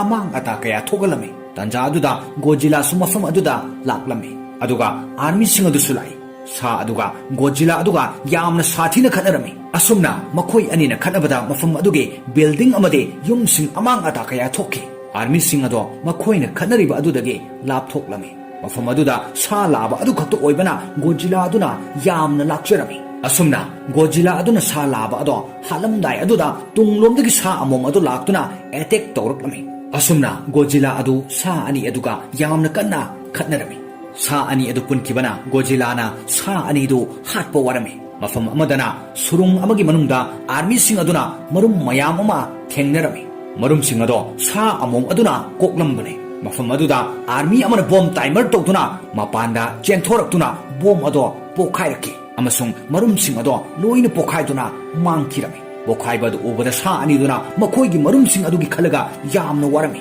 मरम असिना सा अनिदो गोजिलागा खनरम्बदो थादोक्लदुना मखोइगी मरुम लैफम अदु तमना लाई बॉम्ब पोखाइबा अदुगी मतेंगदगी गोजिला अदुदा एनर्जी फंगलमे फंगलिबा एनर्जी अदो महाकना सिजनदुना मयादगी मई कामथोक्लदुना सा अनिदुदा कामसिलमे असुमना गोजिला अदो यामना कनखलगलमे अदुगा गोजिला अदुना सा लाबा अदो हालमे मदु उरगा सा अमोम अदो हाइनिंगाई लेतना साउरुक्लमे अदुगा मरुम सिंग अदु आर्मी सिंग अदुना पोखाइ हनखिबगिसु यामना साउरदुना सा अमोम अदुना फोर्ट तमना चंगलकपदा गोजिलाना तुंगलोमदगे सा अदु फारगा मया फातोक्तुना रेडिएशन सिंग अदो गोजिलाना कामसिलमे अदुदा सा अदो यामना नारमे अदुगा मफम अदुदा सा अदो सिरमे अदुगा फोर्ट सु यामना सोक्लमे अमसुंग आर्मी सिंग अदुना फोर्ट पो मफम अदुदगे लायेंगनबा हाइदुना पोखि मथंगी नुमिता गोजिला अदु उरमे गोजिला अदुना वारदुना हिपथरगा ममित उसिनबदा मियामना सीख्रे हाइना खनरमे अदुबो गोजिला अदु हगुलक्तुना समुद्र तमना चटके अमसुंग गोजिला अदुना कनागुंबा अमतदा अमांगादा थोगलमदे असुमना मफम अदुदा महाकी येक्नबदे सा अनिदुनी सा अनिदो हालमनगा महाक हंदुना समुद्र तमना चटके अदुगा फोर्ट सो महाकी नुपी अमदे मचागा यामना नुंगसिना उनरमे असुमना ꯄꯨꯝꯅꯃꯛ ꯍꯥꯟꯅꯒꯨꯝꯅ ꯁꯦꯝꯒꯠꯂꯝꯃꯤ ꯑꯗꯨꯒ ꯃꯇꯥꯡ ꯑꯁꯤꯗ ꯐꯤꯂꯝ ꯑꯁꯤ ꯂꯣꯏꯁꯤꯟꯈꯤ꯫ ꯐꯤꯂꯝ ꯑꯁꯤ 16 ꯃꯦ 2014ꯗ ꯔꯤꯂꯤꯖ ꯇꯧꯈꯤꯕ ꯁꯥꯏꯟꯁ ꯐꯤꯛꯁꯟ ꯐꯤꯂꯝ ꯑꯃꯅꯤ꯫ ꯐꯤꯂꯝ ꯑꯁꯤ ꯍꯧꯔꯛꯄꯗ ꯆꯍꯤ ꯈꯔꯒꯤ ꯃꯃꯥꯡꯒꯤ ꯁꯤꯟ ꯑꯃ ꯎꯠꯂꯤ꯫ ꯃꯐꯝ ꯑꯁꯤꯗ ꯊꯕꯛ ꯁꯨꯕ ꯃꯤꯑꯣꯏꯁꯤꯡ ꯃꯥꯏꯟ ꯍꯥꯏꯕꯗꯤ ꯐꯦꯛꯇꯔꯤꯒꯨꯝꯕ ꯑꯃꯗ ꯊꯕꯛ ꯁꯨꯅꯔꯝꯃꯤ꯫ ꯊꯕꯛ ꯁꯨꯔꯤꯕ ꯃꯤꯑꯣꯏꯁꯤꯡ ꯑꯗꯨ ꯌꯦꯡꯁꯤꯟꯅꯅꯕ ꯍꯥꯏꯗꯨꯅ ꯗꯣꯛꯇꯔ ꯑꯃꯁꯨ ꯃꯐꯝ ꯑꯗꯨꯗ ꯂꯩꯔꯝꯃꯤ꯫ ꯑꯁꯨꯝꯅ ꯅꯨꯄꯥ ꯑꯃ ꯂꯥꯛꯇꯨꯅ ꯗꯣꯛꯇꯔ ꯑꯗꯨꯗ ꯇꯝꯂꯝꯃꯤ ꯃꯗꯨꯗꯤ ꯊꯕꯛ ꯁꯨꯔꯤꯕ ꯃꯤꯑꯣꯏꯁꯤꯡ ꯑꯗꯨꯅ ꯔꯦꯗꯤꯌꯦꯁꯟ ꯈꯔ ꯊꯦꯡꯅꯔꯦ ꯍꯥꯏꯅ꯫ ꯃꯔꯝ ꯑꯁꯤꯅ ꯃꯈꯣꯏꯅ ꯈꯜꯂꯤ ꯃꯗꯨꯗꯤ ꯃꯐꯝ ꯑꯗꯨꯗ ꯌꯨꯔꯦꯅꯤꯌꯝ ꯐꯪꯂꯅꯤ ꯍꯥꯏꯗꯨꯅ ꯌꯥꯝꯅ ꯍꯔꯥꯎꯅꯔꯝꯃꯤ ꯑꯃꯁꯨꯡ ꯃꯐꯝ ꯑꯗꯨꯗ ꯑꯆꯧꯕ ꯃꯦꯆꯤꯟ ꯀꯌꯥ ꯑꯃ ꯀꯧꯔꯝꯃꯤ ꯑꯗꯨꯒ ꯃꯐꯝ ꯑꯗꯨꯗ ꯃꯦꯆꯤꯟꯁꯤꯡ ꯑꯗꯨꯅ ꯊꯕꯛ ꯁꯨꯕ ꯍꯧꯔꯛꯄꯗ ꯌꯦꯡꯅꯔꯝꯃꯤ꯫ ꯑꯁꯨꯝꯅ ꯊꯕꯛ ꯁꯨꯔꯤꯉꯩ ꯃꯇꯝ ꯑꯗꯨꯗ ꯃꯐꯝ ꯑꯗꯣ ꯌꯥꯝꯅ ꯂꯨꯅ ꯃꯈꯥꯗ ꯁꯨꯔꯨꯡ ꯑꯃꯒꯨꯝꯅ ꯅꯝꯊꯈꯤ꯫ ꯗꯣꯛꯇꯔ ꯑꯗꯨꯅ ꯃꯍꯥꯛꯀꯤ ꯇꯤꯝ ꯑꯗꯣ ꯄꯨꯗꯨꯅ ꯁꯨꯔꯨꯡ ꯑꯗꯨꯒꯤ ꯃꯅꯨꯡꯗ ꯆꯪꯂꯛꯂꯝꯃꯤ ꯑꯃꯁꯨꯡ ꯃꯈꯣꯏꯅ ꯁꯨꯔꯨꯡ ꯑꯗꯨꯗ ꯆꯪꯂꯛꯄ ꯃꯇꯝꯗ ꯌꯥꯝꯅ ꯆꯥꯎꯕ ꯁꯥꯒꯤ ꯁꯔꯨ ꯑꯃ ꯊꯦꯡꯅꯔꯝꯃꯤ꯫ ꯗꯣꯛꯇꯔ ꯑꯗꯨꯅ ꯌꯦꯡꯕ ꯃꯇꯝꯗ ꯈꯪꯂꯝꯃꯤ ꯃꯗꯨꯗꯤ ꯁꯔꯨ ꯑꯗꯣ ꯑꯆꯝꯕ ꯅꯠꯇꯦ, ꯌꯥꯝꯅ ꯆꯥꯎꯕ ꯁꯥ ꯑꯃ ꯇꯨꯝꯗꯨꯅ ꯂꯩꯔꯤꯕꯅꯤ ꯍꯥꯏꯅ꯫ ꯑꯗꯨꯒ ꯃꯩ ꯃꯉꯥꯜ ꯎꯕꯗꯒꯤ ꯑꯆꯧꯕ ꯁꯥ ꯑꯗꯣ ꯁꯨꯔꯨꯡ ꯑꯗꯨꯗꯒꯤ ꯐꯥꯎꯗꯨꯅ ꯁꯃꯨꯗ꯭ꯔ ꯇꯝꯅ ꯆꯠꯈꯤ꯫ ꯅꯥꯀꯟ ꯑꯃꯔꯣꯝꯗꯅ ꯖꯄꯥꯟꯗ ꯁꯥꯏꯟꯇꯤꯁ ꯑꯃ ꯎꯠꯂꯝꯃꯤ꯫ ꯃꯍꯥꯛꯅ ꯀꯅꯥꯒꯨꯝꯕ ꯑꯃꯒ ꯐꯣꯟꯗ ꯋꯥꯔꯤ ꯁꯥꯟꯅꯔꯝꯃꯤ꯫ ꯑꯁꯨꯝꯅ ꯑꯆꯧꯕ ꯁꯥ ꯑꯗꯨꯒꯤ ꯂꯩꯐꯝ ꯑꯗꯨꯗꯒꯤ ꯃꯐꯝ ꯑꯗꯨ ꯌꯧꯅ ꯑꯥꯔꯊꯀ꯭ꯋꯦꯛ ꯊꯣꯛꯂꯝꯃꯤ꯫ ꯃꯐꯝ ꯑꯗꯨꯗ ꯁꯥꯏꯟꯇꯤꯁ ꯑꯗꯨꯒꯤ ꯅ꯭ꯌꯨꯀ꯭ꯂꯤꯌꯔ ꯄꯥꯋꯔ ꯄ꯭ꯂꯥꯟ ꯂꯩꯕꯅ ꯃꯍꯥꯛꯅ ꯍꯥꯏꯔꯝꯃꯤ ꯃꯗꯨꯗꯤ ꯃꯇꯧ ꯑꯁꯨꯝꯅ ꯑꯥꯔꯊꯀ꯭ꯋꯦꯛ ꯇꯧꯗꯨꯅ ꯂꯩꯔꯕꯗꯤ ꯍꯥꯏꯔꯤꯕ ꯅ꯭ꯌꯨꯀ꯭ꯂꯤꯌꯔ ꯄꯥꯋꯔ ꯄ꯭ꯂꯥꯟ ꯑꯗꯣ ꯂꯦꯞꯀꯅꯤ ꯍꯥꯏꯅ꯫ ꯇꯥꯟꯖꯥ ꯑꯗꯨꯗ ꯁꯥꯏꯟꯇꯤꯁ ꯑꯗꯨꯒꯤ ꯅꯨꯄꯤ ꯂꯥꯛꯏ ꯑꯗꯨꯒ ꯁꯥꯏꯟꯇꯤꯁ ꯑꯗꯨꯅ ꯃꯐꯝ ꯑꯗꯨꯗꯒꯤ ꯃꯍꯥꯛꯀꯤ ꯅꯨꯄꯤ ꯑꯃꯗꯤ ꯃꯆꯥꯅꯨꯄꯥ ꯐꯣꯔꯠꯀ ꯂꯣꯏꯅꯗꯨꯅ ꯆꯠꯈꯤꯔꯝꯃꯤ꯫ ꯑꯗꯨꯒ ꯁꯥꯏꯟꯇꯤꯁ ꯑꯗꯨꯅ ꯃꯍꯥꯛꯀꯤ ꯅꯨꯄꯤꯗ ꯍꯥꯏꯔꯛꯏ ꯑꯁꯨꯝꯅ ꯑꯥꯔꯊꯀ꯭ꯋꯦꯛ ꯂꯥꯛꯄꯁꯦ ꯑꯐꯕ ꯅꯠꯇꯦ, ꯃꯔꯝ ꯑꯁꯤꯅ ꯅꯍꯥꯛ ꯑꯩꯒꯤ ꯅ꯭ꯌꯨꯀ꯭ꯂꯤꯌꯔ ꯄꯥꯋꯔ ꯄ꯭ꯂꯥꯟ ꯇꯧꯐꯝ ꯑꯗꯨꯗ ꯑꯩꯒꯤ ꯇꯤꯝ ꯈꯔꯒ ꯂꯩꯌꯨ꯫ ꯑꯁꯨꯝꯅ ꯁꯥꯏꯟꯇꯤꯁ ꯑꯗꯨꯅ ꯍꯥꯏꯔꯕ ꯃꯇꯨꯡꯗ ꯁꯥꯏꯟꯇꯤꯁ ꯑꯗꯨ ꯂꯦꯕꯣꯔꯦꯇꯔꯤ ꯑꯃꯗ ꯂꯥꯛꯏ ꯑꯗꯨꯒ ꯊꯣꯛꯈ꯭ꯔꯤꯕ ꯑꯥꯔꯊꯀ꯭ꯋꯦꯛ ꯑꯗꯣ ꯃꯐꯝ ꯀꯗꯥꯏꯗꯒꯤ ꯍꯧꯔꯛꯄꯅꯣ ꯍꯥꯏꯅ ꯊꯤꯖꯤꯜꯂꯝꯃꯤ꯫ ꯑꯗꯨꯕꯨ ꯃꯈꯣꯏꯁꯤꯡ ꯑꯗꯨꯅ ꯑꯃꯠꯇ ꯈꯪꯕꯗꯤ ꯉꯝꯂꯝꯗꯦ꯫ ꯃꯔꯝ ꯑꯁꯤꯅ ꯁꯥꯏꯟꯇꯤꯁ ꯑꯗꯨꯅ ꯍꯥꯏꯔꯝꯃꯤ ꯂꯩꯔꯤꯕ ꯃꯦꯁꯤꯟ ꯈꯨꯗꯤꯡꯃꯛ ꯃꯨꯠꯊꯠꯂꯨ, ꯃꯔꯝꯗꯤ ꯅꯤꯛꯂꯤꯕ ꯑꯁꯤ ꯃꯇꯧ ꯀꯔꯝꯅ ꯊꯣꯛꯂꯛꯂꯤꯕꯅꯣ, ꯃꯔꯝ ꯑꯁꯤꯅ ꯑꯩꯈꯣꯏꯗ ꯁꯣꯛꯇꯅꯕꯒꯤꯗꯃꯛꯇꯅꯤ꯫ ꯑꯁꯨꯝꯅ ꯇꯥꯟꯖꯥ ꯑꯗꯨꯃꯛꯇꯗ ꯃꯐꯝ ꯑꯗꯨꯗ ꯌꯥꯝꯅ ꯀꯟꯅ ꯑꯥꯔꯊꯀ꯭ꯋꯦꯛ ꯊꯣꯛꯂꯛꯂꯝꯃꯤ꯫ ꯃꯐꯝ ꯑꯗꯨꯗ ꯁꯥꯏꯟꯇꯤꯁ ꯑꯗꯨꯒꯤ ꯅꯨꯄꯤꯁꯨ ꯂꯥꯛꯏ꯫ ꯑꯁꯨꯝꯅ ꯃꯈꯣꯏ ꯃꯐꯝ ꯃꯔꯥꯡ ꯈꯪꯗꯅ ꯆꯦꯟꯅꯔꯝꯃꯤ ꯑꯃꯁꯨꯡ ꯃꯐꯝ ꯑꯗꯨꯗ ꯄꯣꯈꯥꯏꯔꯛꯄꯗꯒꯤ ꯍꯨ ꯆꯦꯟꯕ ꯒ꯭ꯌꯥꯁ ꯊꯣꯛꯂꯛꯇꯨꯅ ꯁꯥꯏꯟꯇꯤꯁ ꯑꯗꯨꯒꯤ ꯅꯨꯄꯤꯒꯤ ꯃꯥꯏꯀꯩ ꯇꯝꯅ ꯒ꯭ꯌꯥꯁ ꯑꯗꯨ ꯂꯥꯛꯂꯝꯃꯤ꯫ ꯁꯥꯏꯟꯇꯤꯁ ꯑꯗꯨꯅ ꯃꯍꯥꯛꯀꯤ ꯅꯨꯄꯤ ꯑꯗꯣ ꯀꯟꯅꯅꯕꯅꯤ ꯍꯥꯏꯗꯨꯅ ꯀꯟꯅ ꯆꯦꯜꯂꯛꯏ ꯑꯗꯨꯕꯨ ꯎꯄꯥꯏ ꯑꯃꯠꯇ ꯂꯩꯈꯤꯗꯦ꯫ ꯒ꯭ꯌꯥꯁ ꯑꯗꯣ ꯀꯦꯕꯤꯟ ꯃꯅꯨꯡ ꯁꯤꯟꯕ ꯊꯨꯡꯂꯝꯃꯤ꯫ ꯃꯍꯥꯛꯀꯤ ꯅꯨꯄꯤ ꯑꯗꯨꯅ ꯀꯦꯕꯤꯟꯒꯤ ꯊꯣꯡ ꯑꯗꯣ ꯊꯤꯡꯖꯤꯜꯂꯣ ꯍꯥꯏꯅ ꯂꯥꯎꯔꯛꯂꯝꯃꯤ ꯃꯔꯝꯗꯤ ꯍꯨ ꯆꯦꯟꯕ ꯒ꯭ꯌꯥꯁ ꯑꯗꯣ ꯑꯇꯣꯞꯄ ꯃꯐꯝꯗ ꯆꯠꯈꯤꯗꯅꯕ ꯍꯥꯏꯗꯨꯅ꯫ ꯑꯁꯨꯝꯅ ꯁꯥꯏꯟꯇꯤꯁ ꯑꯗꯨꯅ ꯇꯉꯥꯏ ꯐꯗꯅ ꯊꯣꯡ ꯑꯗꯨ ꯊꯤꯡꯕ ꯇꯥꯔꯝꯃꯤ ꯑꯗꯨꯒ ꯃꯍꯥꯛ ꯌꯥꯝꯅ ꯅꯨꯡꯉꯥꯏꯔꯝꯗꯦ꯫ ꯃꯍꯥꯛꯀꯤ ꯅꯨꯄꯤꯅ ꯀꯞꯇꯨꯅ ꯍꯥꯏꯔꯛꯏ ꯑꯩꯈꯣꯏꯒꯤ ꯏꯆꯥꯅꯨꯄꯥ ꯐꯣꯔꯠꯇꯣ ꯂꯨꯅ ꯆꯥꯅ ꯇꯧꯕꯤꯔꯛꯎ꯫ ꯑꯁꯨꯝꯅ ꯅ꯭ꯌꯨꯀ꯭ꯂꯤꯌꯔ ꯄꯥꯋꯔ ꯄ꯭ꯂꯥꯟ ꯑꯗꯣ ꯔꯦꯗꯤꯌꯦꯁꯟꯒꯤ ꯃꯔꯝꯗꯒꯤ ꯄꯨꯝꯇꯨꯝ ꯇꯨꯝꯅ ꯄꯣꯈꯥꯏꯈꯤ꯫ ꯃꯇꯧ ꯑꯗꯣ ꯐꯣꯔꯠꯅ ꯃꯍꯥꯛꯀꯤ ꯁ꯭ꯀꯨꯜ ꯑꯗꯨꯗꯒꯤ ꯎꯕ ꯐꯪꯂꯝꯃꯤ꯫ ꯑꯁꯨꯝꯅ ꯁꯤꯟ ꯑꯁꯤ ꯆꯍꯤ 15ꯒꯤ ꯃꯇꯨꯡꯗ ꯑꯃꯨꯛ ꯎꯠꯂꯛꯏ꯫ ꯍꯧꯖꯤꯛ ꯐꯣꯔꯠ ꯑꯥꯔꯃꯤ ꯑꯃ ꯑꯣꯏꯔꯦ꯫ ꯃꯍꯥꯛꯅ ꯃꯇꯝ ꯈꯔ ꯇ꯭ꯔꯦꯅꯤꯡ ꯇꯧꯔꯨꯔꯒ ꯃꯌꯨꯝꯗ ꯍꯜꯂꯛꯂꯝꯃꯤ꯫ ꯃꯍꯥꯛ ꯂꯨꯍꯣꯡꯂꯦ꯫ ꯑꯁꯨꯝꯅ ꯃꯍꯥꯛꯀꯤ ꯅꯨꯄꯤꯅ ꯐꯣꯔꯠꯇ ꯀꯣꯜ ꯇꯧꯔꯛꯇꯨꯅ ꯐꯣꯔꯠꯀꯤ ꯃꯄꯥ ꯄꯨꯂꯤꯁꯅ ꯐꯥꯈ꯭ꯔꯦ ꯍꯥꯏꯅ ꯍꯥꯏꯔꯛꯂꯝꯃꯤ꯫ ꯐꯣꯔꯠꯅ ꯃꯄꯥꯕꯨ ꯌꯥꯝꯅ ꯁꯥꯎꯅꯤꯡꯂꯝꯃꯤ ꯃꯔꯝꯗꯤ ꯃꯍꯥꯛꯀꯤ ꯃꯃꯥꯅ ꯁꯤꯈ꯭ꯔꯤꯕ ꯑꯗꯣ ꯃꯄꯥꯒꯤ ꯃꯔꯝꯗꯒꯤꯅꯤ ꯍꯥꯏꯗꯨꯅ꯫ ꯑꯗꯨꯕꯨ ꯐꯣꯔꯠꯀꯤ ꯅꯨꯄꯤꯅ ꯍꯥꯏꯕꯗꯒꯤ ꯐꯣꯔꯠꯅ ꯃꯄꯥꯒ ꯎꯅꯗꯨꯅ ꯄꯨꯂꯤꯁ ꯀꯁꯇꯗꯤꯗꯒꯤ ꯂꯧꯊꯣꯛꯂꯝꯃꯤ꯫ ꯑꯗꯨꯒ ꯃꯄꯥ ꯃꯆꯥ ꯃꯌꯨꯝꯗ ꯍꯜꯂꯛꯄꯗ ꯐꯣꯔꯠꯇ ꯃꯄꯥꯅ ꯍꯥꯏꯔꯛꯏ ꯅꯨꯃꯤꯠ ꯑꯗꯣ ꯑꯦꯛꯁꯤꯗꯦꯟ ꯅꯠꯇꯦ, ꯃꯗꯣ ꯔꯦꯗꯤꯌꯦꯁꯟꯅ ꯊꯣꯛꯍꯟꯕꯅꯤ꯫ ꯍꯧꯖꯤꯛꯁꯨ ꯅꯨꯃꯤꯠ ꯑꯗꯨꯒꯤ ꯃꯤꯀꯨꯞꯇꯨꯒꯤ ꯑꯋꯥꯕꯗꯣ ꯉꯁꯤꯁꯨ ꯑꯩꯉꯣꯟꯗ ꯐꯥꯎꯔꯤ꯫ ꯄꯨꯂꯤꯁꯅ ꯐꯥꯔꯤꯕꯁꯦ ꯑꯊꯤꯡꯕ ꯂꯩꯈ꯭ꯔꯕ ꯃꯐꯝ ꯑꯗꯨꯗ ꯑꯩꯅ ꯆꯠꯂꯨꯕꯒꯤꯅꯤ꯫ ꯑꯩꯒꯤ ꯏꯃꯥꯟꯅꯕꯅꯁꯨ ꯃꯐꯝ ꯑꯗꯨꯗ ꯑꯉꯛꯄ ꯈꯣꯟꯖꯦꯜ ꯑꯃ ꯇꯥꯏ ꯍꯥꯏ꯫ ꯃꯔꯝ ꯑꯁꯤꯅ ꯑꯩ ꯃꯐꯝ ꯑꯗꯨꯗ ꯆꯠꯇꯨꯅ ꯌꯦꯡꯂꯨꯒꯅꯤ ꯑꯗꯨꯒ ꯑꯩꯅ ꯈꯪꯍꯟꯒꯅꯤ ꯃꯗꯨꯗꯤ ꯊꯣꯛꯈ꯭ꯔꯤꯕ ꯅꯨꯃꯤꯠ ꯑꯗꯨꯒꯤ ꯊꯧꯗꯣꯛꯇꯣ ꯑꯦꯛꯁꯤꯗꯦꯟ ꯅꯠꯇꯦ ꯍꯥꯏꯕ꯫ ꯑꯁꯨꯝꯅ ꯐꯣꯔꯠꯁꯨ ꯃꯄꯥꯒ ꯂꯣꯏꯅꯗꯨꯅ ꯃꯐꯝ ꯑꯗꯨꯗ ꯂꯥꯛꯂꯝꯃꯤ ꯑꯃꯁꯨꯡ ꯃꯈꯣꯏꯅ ꯈꯪꯂꯝꯃꯤ ꯃꯗꯨꯗꯤ ꯃꯐꯝ ꯑꯗꯨꯗ ꯍꯨ ꯆꯦꯟꯕ ꯒ꯭ꯌꯥꯁ ꯑꯃꯗꯤ ꯔꯦꯗꯤꯌꯦꯁꯟ ꯑꯃꯠꯇ ꯂꯩꯇꯦ ꯍꯥꯏꯕ꯫ ꯇꯥꯟꯖꯥ ꯑꯗꯨꯗ ꯄꯨꯂꯤꯁ ꯑꯃꯨꯛ ꯂꯥꯛꯇꯨꯅ ꯐꯥꯔꯒ ꯃꯈꯣꯏꯕꯨ ꯄꯨꯈꯤ꯫ ꯐꯤꯂꯝ ꯑꯁꯤꯒꯤ ꯑꯍꯧꯕꯗ ꯎꯠꯄ ꯗꯣꯛꯇꯔ ꯑꯗꯣ ꯑꯃꯨꯛ ꯎꯠꯂꯛꯏ꯫ ꯗꯣꯛꯇꯔ ꯑꯗꯨꯅ ꯁꯥꯏꯟꯇꯤꯁ ꯑꯗꯨꯗ ꯃꯐꯝ ꯑꯗꯨꯗ ꯍꯟꯅ ꯂꯥꯛꯂꯤꯕ ꯀꯔꯤꯒꯤꯅꯣ ꯍꯪꯕꯗ ꯁꯥꯏꯟꯇꯤꯁ ꯑꯗꯨꯅ ꯃꯍꯥꯛꯅ ꯃꯐꯝ ꯑꯗꯨꯗ ꯇꯧꯅꯤꯡꯂꯤꯕ ꯊꯕꯛꯁꯤꯡ ꯑꯗꯣ ꯄꯨꯝꯅꯃꯛ ꯍꯥꯏꯔꯛꯄꯗ ꯗꯣꯛꯇꯔ ꯑꯗꯣ ꯉꯛꯂꯝꯃꯤ ꯃꯔꯝꯗꯤ ꯃꯍꯥꯛ ꯃꯗꯨꯒꯤ ꯃꯔꯝꯗ ꯊꯣꯏꯗꯣꯛꯅ ꯈꯪꯂꯝꯗꯕꯅ꯫ ꯃꯈꯣꯏꯅ ꯃꯐꯝ ꯑꯗꯨꯗ ꯑꯆꯧꯕ ꯅꯨꯡꯒꯨꯝꯕ ꯑꯃꯗ ꯑꯦꯛꯁꯄꯔꯤꯃꯦꯟ ꯇꯧꯕ ꯍꯧꯔꯛꯂꯝꯃꯤ꯫ ꯃꯇꯝ ꯑꯗꯨꯗ ꯅꯨꯡꯒꯨꯝꯕ ꯑꯗꯣ ꯂꯦꯡꯂꯛꯄ ꯍꯧꯔꯛꯏ꯫ ꯃꯇꯧ ꯑꯗꯨ ꯎꯕꯗ ꯃꯈꯣꯏꯅ ꯏꯂꯦꯛꯇ꯭ꯔꯤꯛ ꯀꯥꯞꯁꯤꯜꯂꯝꯃꯤ꯫ ꯑꯁꯨꯝꯅ ꯑꯆꯧꯕ ꯅꯨꯡꯒꯨꯝꯕ ꯑꯗꯣ ꯀꯥꯏꯔꯛꯂꯝꯃꯤ꯫ ꯑꯃꯁꯨꯡ ꯃꯅꯨꯡꯗꯒꯤ ꯊꯋꯥꯏ ꯄꯥꯟꯕ ꯑꯆꯧꯕ ꯁꯥ ꯑꯃ ꯊꯣꯛꯂꯛꯇꯨꯅ ꯃꯈꯣꯏꯁꯤꯡ ꯑꯗꯨꯗ ꯃꯩꯒꯨꯝꯕ ꯑꯃ ꯀꯥꯞꯁꯤꯜꯂꯛꯇꯨꯅ ꯑꯦꯇꯦꯛ ꯇꯧꯔꯛꯏ꯫ ꯍꯥꯏꯔꯤꯕ ꯁꯥ ꯑꯗꯣ ꯀꯨꯏꯅ ꯐꯥꯖꯤꯜꯂꯨꯕꯗꯒꯤ ꯊꯥꯗꯣꯔꯛꯄꯒꯨꯝꯅ ꯃꯊꯛꯇ ꯄꯥꯏꯈꯠꯇꯨꯅ ꯆꯠꯈꯤ꯫ ꯑꯁꯨꯝꯅ ꯃꯐꯝ ꯑꯗꯨꯗ ꯀꯦꯞꯇꯦꯟ ꯂꯥꯛꯇꯨꯅ ꯃꯐꯝ ꯑꯗꯨꯗꯒꯤ ꯆꯠꯅꯕ ꯍꯥꯏꯕꯗ ꯗꯣꯛꯇꯔ ꯑꯗꯨꯅ ꯁꯥꯏꯟꯇꯤꯁꯠ ꯑꯃꯗꯤ ꯐꯣꯔꯠꯁꯨ ꯄꯨꯟꯅ ꯄꯨꯔꯛꯇꯨꯅ ꯂꯥꯛꯏ꯫ ꯁꯥꯏꯟꯇꯤꯁꯠ ꯑꯗꯨ ꯁꯥ ꯑꯗꯨꯅ ꯑꯦꯇꯦꯛ ꯇꯧꯔꯛꯄꯗꯒꯤ ꯌꯥꯝꯅ ꯁꯥꯊꯤꯅ ꯁꯣꯛꯂꯝꯃꯤ꯫ ꯑꯥꯔꯃꯤ ꯃꯀꯣꯛ ꯑꯗꯨꯅ ꯆꯠꯇꯨꯅ ꯍꯥꯏꯔꯛꯂꯝꯃꯤ ꯃꯗꯨꯗꯤ ꯁꯥ ꯑꯁꯤ ꯑꯆꯝꯕ ꯁꯥ ꯅꯠꯇꯦ, ꯂꯩꯅꯨꯡꯗ ꯔꯦꯗꯤꯌꯦꯁꯟ ꯑꯁꯦ ꯅꯝꯊꯔꯛꯄꯅ ꯁꯃꯨꯗ꯭ꯔꯒꯤ ꯑꯔꯨꯕꯗ ꯆꯠꯇꯨꯅ ꯑꯦꯅꯔꯖꯤ ꯂꯧꯔꯤꯕꯅꯤ꯫ ꯑꯩꯈꯣꯏꯒꯤ ꯀꯝꯄꯅꯤ ꯑꯁꯤꯁꯨ ꯃꯁꯤ ꯊꯤꯅꯅꯕ ꯍꯥꯏꯗꯨꯅ ꯁꯦꯝꯈꯤꯕꯅꯤ꯫ ꯁꯥ ꯑꯗꯣ ꯉꯁꯤ ꯐꯥꯎꯕ ꯍꯤꯡꯂꯤ꯫ ꯁꯥ ꯑꯗꯨꯒꯤ ꯃꯃꯤꯡ ꯒꯣdzilla ꯀꯧꯏ꯫ ꯑꯗꯨꯒ ꯃꯁꯤꯒꯤ ꯁꯥ ꯑꯁꯤꯅꯤ ꯃꯌꯥꯝꯅ ꯑꯥꯔꯀ꯭ꯋꯦꯛ ꯊꯣꯛꯂꯦ ꯍꯥꯏꯅ ꯈꯟꯅꯔꯤꯕꯗꯣ꯫ ꯁꯥ ꯑꯁꯦ ꯖꯄꯥꯟ ꯄꯥꯋꯔ ꯄ꯭ꯂꯥꯟ ꯑꯗꯨ ꯇꯝꯅ ꯆꯠꯂꯤꯕꯅꯤ, ꯃꯔꯝꯗꯤ ꯃꯐꯝ ꯑꯗꯨꯗꯒꯤ ꯑꯦꯅꯔꯖꯤ ꯌꯥꯝ ꯂꯧꯕ ꯉꯝꯅꯅꯕ ꯍꯥꯏꯗꯨꯅ꯫ ꯑꯁꯨꯝꯅ ꯃꯐꯝ ꯑꯗꯨꯗ ꯁꯥꯏꯟꯇꯤꯁꯠ ꯑꯗꯨ ꯁꯤꯔꯝꯃꯤ꯫ ꯑꯁꯨꯝꯅ ꯃꯐꯝ ꯑꯗꯨꯗ ꯂꯩꯔꯤꯕ ꯃꯤꯑꯣꯏꯁꯤꯡ ꯑꯗꯣ ꯌꯥꯝꯅ ꯋꯥꯅꯔꯝꯃꯤ, ꯃꯔꯝꯗꯤ ꯉꯁꯤ ꯑꯃ ꯁꯤꯔꯤꯕ ꯑꯁꯨꯝꯅ ꯍꯌꯦꯡꯁꯨ ꯁꯥ ꯑꯗꯨꯒꯤ ꯃꯔꯝꯗꯒꯤ ꯁꯤꯒꯗ꯭ꯔꯥ ꯈꯟꯕꯗ꯫ ꯑꯁꯨꯝꯅ ꯇꯟꯖꯥ ꯑꯗꯨꯗ ꯑꯥꯔꯃꯤ ꯃꯀꯣꯛ ꯑꯗꯨꯗ ꯐꯣꯟ ꯑꯃ ꯂꯥꯛꯇꯨꯅ ꯁꯃꯨꯗ꯭ꯔ ꯃꯅꯨꯡꯗꯒꯤ ꯑꯉꯛꯄ ꯈꯣꯟꯖꯦꯜ ꯇꯥꯏ ꯍꯥꯏꯗꯨꯅ ꯍꯥꯏꯔꯛꯏ꯫ ꯃꯐꯝ ꯑꯗꯨꯗ ꯁꯥ ꯑꯗꯨ ꯂꯩꯗꯨꯅ ꯅ꯭ꯌꯨꯀ꯭ꯂꯤꯌꯔ ꯆꯥꯔꯒ ꯑꯦꯅꯔꯖꯤ ꯂꯧꯔꯤꯕꯅꯤ ꯍꯥꯏꯕ ꯈꯪꯂꯝꯃꯤ꯫ ꯃꯁꯤꯒ ꯂꯣꯏꯅꯅ ꯃꯈꯣꯏꯅ ꯑꯇꯣꯞꯄ ꯁꯤꯒꯅꯦꯜ ꯑꯃꯁꯨ ꯐꯪꯂꯝꯃꯤ, ꯃꯔꯝ ꯑꯁꯤꯅ ꯃꯐꯝ ꯑꯗꯨꯗ ꯃꯤꯑꯣꯏ ꯈꯔ ꯊꯥꯗꯨꯅ ꯌꯦꯡꯍꯜꯂꯝꯃꯤ꯫ ꯁꯃꯨꯗ꯭ꯔ ꯑꯗꯨꯗꯒꯤ ꯑꯆꯧꯕ ꯁꯥ ꯑꯗꯣ ꯊꯣꯛꯂꯛꯇꯨꯅ ꯁꯤꯇꯤ ꯃꯅꯨꯡ ꯆꯪꯂꯛꯂꯝꯃꯤ, ꯃꯔꯝ ꯑꯁꯤꯅ ꯁꯤꯇꯤ ꯑꯗꯨꯗ ꯂꯩꯅꯔꯤꯕ ꯃꯤꯄꯨꯝ ꯈꯨꯗꯤꯡꯃꯛ ꯌꯥꯝꯅ ꯀꯤꯅꯔꯝꯃꯤ꯫ ꯑꯁꯨꯝꯅ ꯒꯣdzilla ꯑꯗꯨ ꯎꯠꯂꯛꯏ, ꯑꯗꯨꯒ ꯒꯣdzilla ꯑꯗꯣ ꯌꯥꯝꯅ ꯁꯥꯎꯅ ꯂꯥꯎꯔꯛꯏ, ꯑꯗꯨꯒ ꯇꯣꯉꯥꯟ ꯇꯣꯉꯥꯟꯕ ꯄꯥꯎꯁꯤꯡꯗ ꯍꯥꯏꯔꯛꯏ ꯃꯗꯨꯗꯤ ꯑꯆꯧꯕ ꯁꯥ ꯑꯗꯣ ꯒꯣdzilladꯒꯤ ꯍꯤꯡꯅꯕ ꯆꯦꯟꯈꯤꯕꯅꯤ ꯍꯥꯏꯅ꯫ ꯑꯃꯨꯛ ꯍꯟꯗꯨꯅ ꯑꯆꯧꯕ ꯁꯥ ꯑꯗꯨ ꯁꯃꯨꯗ꯭ꯔꯗ ꯆꯠꯇꯨꯅ ꯑꯇꯣꯞꯄ ꯁꯥ ꯀꯌꯥ ꯄꯨꯟꯁꯤꯜꯂꯝꯃꯤ꯫ ꯗꯣꯛꯇꯔ ꯑꯗꯨꯒꯤ ꯇꯤꯝ ꯃꯦꯝꯕꯔꯅ ꯍꯥꯏꯔꯛꯏ, ꯃꯇꯝ ꯈꯔꯒꯤ ꯃꯃꯥꯡꯗ ꯑꯩꯈꯣꯏꯅ ꯃꯔꯨꯝ ꯑꯅꯤ ꯐꯪꯈꯤ꯫ ꯃꯔꯨꯝ ꯑꯃꯅ ꯖꯄꯥꯟꯒꯤ ꯄꯥꯋꯔ ꯄ꯭ꯂꯥꯟ ꯑꯗꯨꯗ ꯑꯆꯧꯕ ꯁꯥ ꯑꯃ ꯑꯣꯟꯈ꯭ꯔꯦ, ꯑꯗꯨꯒ ꯑꯇꯣꯞꯄ ꯃꯔꯨꯝ ꯑꯃꯅ ꯑꯩꯈꯣꯏꯅ ꯀꯔꯤꯁꯨ ꯈꯪꯕ ꯉꯝꯗ꯭ꯔꯤ꯫ ꯃꯔꯨꯝ ꯑꯗꯣ ꯃꯐꯝ ꯑꯗꯨꯗ ꯐꯖꯅ ꯊꯝꯈꯤꯕꯅꯤ꯫ ꯑꯁꯨꯝꯅ ꯃꯔꯨꯝ ꯑꯃ ꯂꯩꯈꯤꯕ ꯃꯐꯝ ꯑꯗꯨꯗ ꯃꯤꯑꯣꯏ ꯈꯔ ꯊꯥꯗꯨꯅ ꯌꯦꯡꯍꯜꯂꯨꯅꯕ ꯍꯥꯏꯈꯤ, ꯑꯗꯨꯒ ꯃꯐꯝ ꯑꯗꯨꯗ ꯂꯥꯛꯇꯨꯅ ꯌꯦꯡꯕꯗ ꯃꯔꯨꯝ ꯑꯗꯨꯗꯒꯤ ꯁꯥ ꯑꯣꯟꯗꯨꯅ ꯊꯣꯛꯈꯤꯔꯝꯃꯤ꯫ ꯑꯁꯨꯝꯅ ꯈꯪꯕ ꯉꯝꯈꯤ ꯃꯗꯨꯗꯤ ꯁꯥꯊꯤꯕ ꯑꯇꯣꯞꯄ ꯁꯥ ꯑꯃꯅ ꯍꯥꯏꯔꯤꯕ ꯌꯦꯡꯕ ꯂꯥꯛꯂꯤꯕ ꯃꯔꯨꯝ ꯑꯗꯨꯗꯒꯤ ꯑꯣꯟꯈꯤꯕꯅꯤ ꯍꯥꯏꯕ꯫ ꯑꯁꯨꯝꯅ ꯁꯥ ꯑꯗꯨꯅ ꯑꯇꯣꯞꯄ ꯃꯐꯝꯗ ꯆꯠꯇꯨꯅ ꯑꯃꯥꯡ ꯑꯇꯥ ꯀꯌꯥ ꯊꯣꯛꯍꯜꯂꯝꯃꯤ, ꯑꯃꯁꯨꯡ ꯄꯨꯂꯤꯁꯁꯤꯡꯅ ꯁꯥ ꯑꯅꯤꯗꯨ ꯌꯥꯝꯅ ꯀꯟꯅ ꯊꯤꯕ ꯍꯧꯔꯛꯂꯝꯃꯤ꯫ ꯗꯣꯛꯇꯔ ꯑꯗꯨꯅ ꯑꯇꯣꯞꯄ ꯁꯥ ꯑꯗꯣ ꯐꯨꯇꯦꯖ ꯑꯃꯗ ꯎꯕ ꯐꯪꯂꯝꯃꯤ, ꯑꯃꯁꯨꯡ ꯃꯍꯥꯛꯅ ꯁꯥ ꯑꯗꯨ ꯎꯔꯒ ꯈꯪꯈꯤ ꯃꯗꯨꯗꯤ ꯑꯇꯣꯞꯄ ꯃꯁꯥ ꯄꯥꯟꯕ ꯁꯥ ꯑꯗꯨꯝꯅ ꯍꯥꯏꯔꯤꯕ ꯑꯇꯣꯞꯄ ꯁꯥ ꯑꯁꯤꯗꯤ ꯃꯁꯥ ꯄꯥꯟꯗꯦ ꯍꯥꯏꯕ꯫ ꯃꯔꯝ ꯑꯁꯤꯗꯒꯤ ꯃꯍꯥꯛꯅ ꯔꯤꯁꯔꯆ ꯇꯧꯕ ꯃꯇꯝꯗ ꯃꯁꯥ ꯄꯥꯟꯕ ꯁꯥ ꯑꯗꯣ ꯑꯃꯣꯝꯅꯤ, ꯑꯗꯨꯒ ꯃꯁꯥ ꯄꯥꯟꯕ ꯁꯥ ꯑꯗꯨꯅ ꯂꯥꯕꯅꯤ ꯍꯥꯏꯕ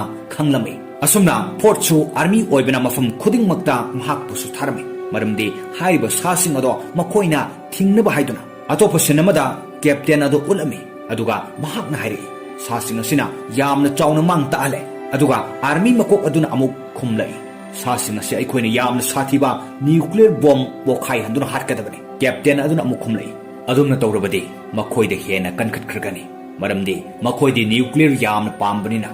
ꯑꯗꯨꯒ ꯃꯔꯝ ꯑꯁꯤꯗꯒꯤ ꯃꯈꯣꯏ ꯍꯦꯟꯅ ꯀꯟꯈꯠꯈꯤꯒꯅꯤ꯫ ꯑꯥꯔꯃꯤ ꯃꯀꯣꯛ ꯑꯗꯨꯅ ꯃꯁꯤꯗꯒꯤ ꯍꯦꯟꯕ ꯑꯩꯈꯣꯏ ꯀꯔꯤ ꯇꯧꯅꯤ, ꯌꯦꯡꯕ ꯇꯥꯕꯅꯤ ꯍꯥꯏꯔꯛꯏ꯫ ꯑꯁꯨꯝꯅ ꯁꯥ ꯑꯅꯤꯗꯨ ꯑꯦꯅꯔꯖꯤ ꯂꯧꯅꯅꯕ ꯍꯥꯏꯗꯨꯅ ꯁꯃꯨꯗ꯭ꯔ ꯑꯃꯗ ꯆꯠꯂꯝꯃꯤ꯫ ꯁꯃꯨꯗ꯭ꯔꯒꯤ ꯑꯔꯨꯕ ꯃꯐꯝꯗꯒꯤ ꯃꯈꯣꯏꯒꯤ ꯔꯦꯗꯤꯌꯦꯁꯟ ꯑꯦꯅꯔꯖꯤ ꯃꯌꯥꯝ ꯑꯃ ꯐꯪꯕ ꯉꯝꯂꯝꯃꯤ, ꯑꯗꯨꯒ ꯒꯣdzilla ꯑꯗꯨꯅ ꯁꯥ ꯑꯅꯤꯗꯣ ꯍꯥꯠꯅꯕ ꯍꯥꯏꯗꯨꯅ ꯂꯥꯛꯂꯝꯃꯤ, ꯑꯃꯁꯨꯡ ꯃꯤꯄꯨꯝ ꯈꯨꯗꯤꯡꯃꯛꯁꯨ ꯁꯃꯨꯗ꯭ꯔ ꯇꯝꯅ ꯂꯥꯛꯅꯔꯝꯃꯤ, ꯑꯃꯁꯨꯡ ꯃꯈꯣꯏꯅ ꯅ꯭ꯌꯨꯀ꯭ꯂꯤꯌꯔ ꯕꯣꯝꯁꯨ ꯄꯨꯔꯛꯂꯝꯃꯤ꯫ ꯐꯣꯔꯠꯅ ꯄꯨꯝꯅꯃꯛ ꯑꯗꯣ ꯀꯨꯞꯅ ꯌꯦꯡꯂꯝꯃꯤ꯫ ꯑꯁꯨꯝꯅ ꯃꯈꯣꯏꯅ ꯕꯣꯝ ꯑꯗꯣ ꯖꯍꯥꯖ ꯑꯃꯗ ꯍꯥꯞꯂꯝꯃꯤ꯫ ꯇꯟꯖꯥ ꯑꯗꯨꯗ ꯁꯥ ꯂꯥꯕ ꯑꯗꯨ ꯂꯥꯛꯇꯨꯅ ꯖꯍꯥꯖ ꯑꯗꯨꯗ ꯑꯦꯇꯦꯛ ꯇꯧꯗꯨꯅ ꯅ꯭ꯌꯨꯀ꯭ꯂꯤꯌꯔ ꯕꯣꯝ ꯑꯗꯨ ꯄꯨꯗꯨꯅ ꯆꯠꯈꯤꯔꯝꯃꯤ꯫ ꯑꯁꯨꯝꯅ ꯁꯥ ꯑꯅꯤꯗꯨ ꯃꯐꯝ ꯑꯗꯨꯗꯒꯤ ꯂꯥꯞꯅ ꯆꯠꯈꯤꯔꯝꯃꯤ, ꯃꯔꯝꯗꯤ ꯃꯈꯣꯏꯅ ꯄꯥꯝꯕ ꯑꯦꯅꯔꯖꯤ ꯑꯗꯣ ꯕꯣꯝ ꯑꯗꯨꯗꯒꯤ ꯀꯥ ꯍꯦꯟꯅ ꯐꯪꯂꯅꯤ ꯍꯥꯏꯗꯨꯅ꯫ ꯑꯁꯨꯝꯅ ꯀꯦꯞꯇꯦꯟ ꯑꯃꯗꯤ ꯑꯥꯔꯃꯤ ꯃꯀꯣꯛ ꯑꯗꯨꯅ ꯈꯜꯂꯝꯕ ꯄꯨꯝꯅꯃꯛ ꯑꯃꯥꯡꯕ ꯑꯣꯏꯈꯤꯔꯝꯃꯤ꯫ ꯃꯈꯣꯏꯅ ꯈꯟꯅꯈꯤ ꯃꯗꯨꯗꯤ ꯑꯩꯈꯣꯏꯒꯤ ꯎꯄꯥꯏ ꯑꯃꯠꯇ ꯂꯩꯇ꯭ꯔꯦ, ꯒꯣdzillꯥꯅ ꯑꯩꯈꯣꯏꯕꯨ ꯀꯟꯕꯤꯕ ꯅꯠꯇꯅ꯫ ꯑꯁꯨꯝꯅ ꯈꯟꯅꯈꯤ꯫ ꯑꯁꯣꯝꯗꯅ ꯑꯆꯧꯕ ꯁꯥ ꯑꯗꯨꯅ ꯁꯤꯇꯤꯗ ꯂꯥꯛꯇꯨꯅ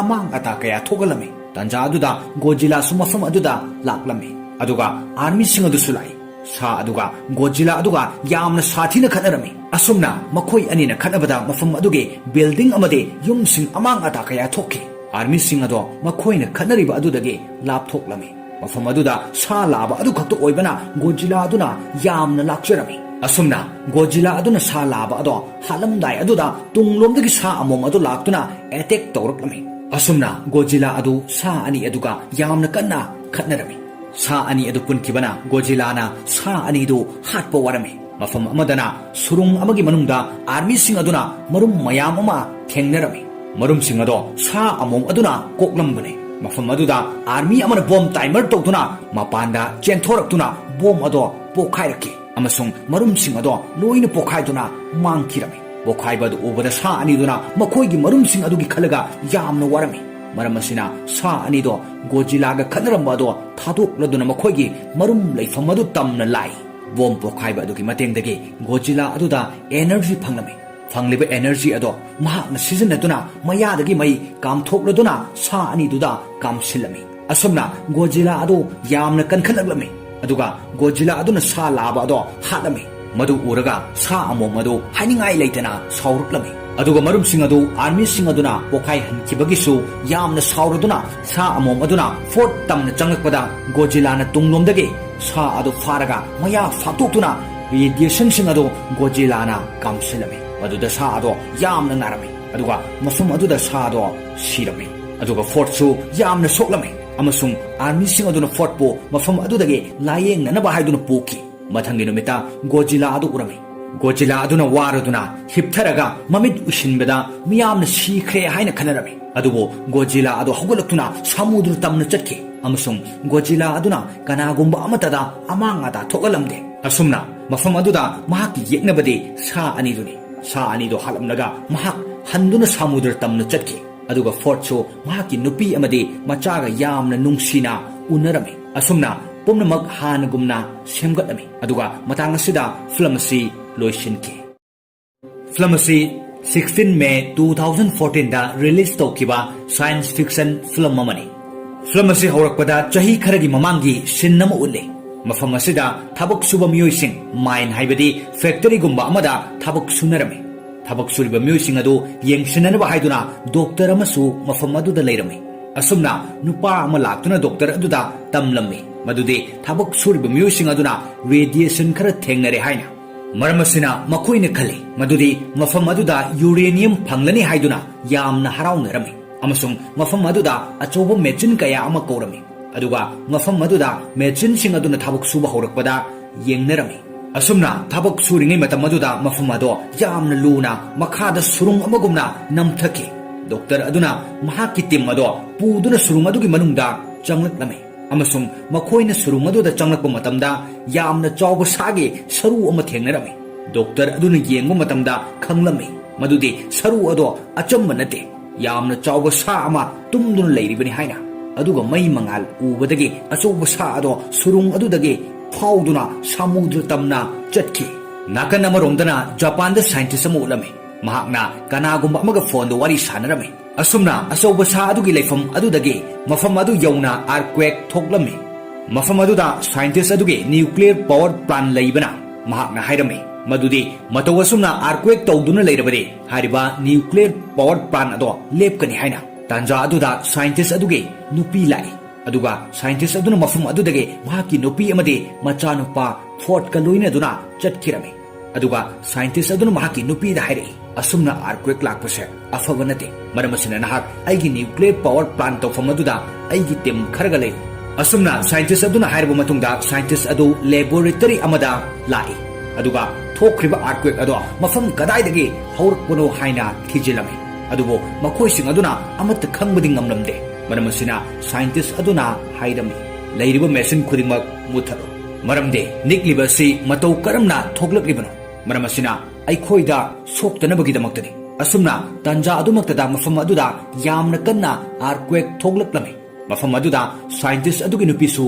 lai. Asumna makhoi mafam marang khangdana chenarami. Amasung mafam aduda pokhairakpadagi hu chenba gas tholaktuna scientist adugi nupigi maikei tamna gas adu laklami. Scientist aduna mahaki nupi ado kannanabani haiduna kanna chelei. Adubo upai amata leikile. Gas ado cabin manung sinba thunglami. Mahaki nupi aduna cabin gi thong ado thingjillo haina lauraklami. Maramdi hu chenba gas ado atopa mafamda chatkidanaba haiduna. Asumna scientist aduna tangai fadana thong adu thingba tarami. Aduga mahak yamna nungairamde. Mahaki nupina kaptuna hairei. Aikhoigi ichanupa forto luna chana tawbirao. Asumna nuclear power plant ado radiation gi maramdagi pumtum tumna pokhaiki. Mataw ado fort nam haki school adudagi ubu fanglami. asumna sinnasi chahi 15 gi matungda amuk ulai hauzik 4th army ama ore mahakna matam khara training tawruraga mayumda halaklami mahak luhongle asumna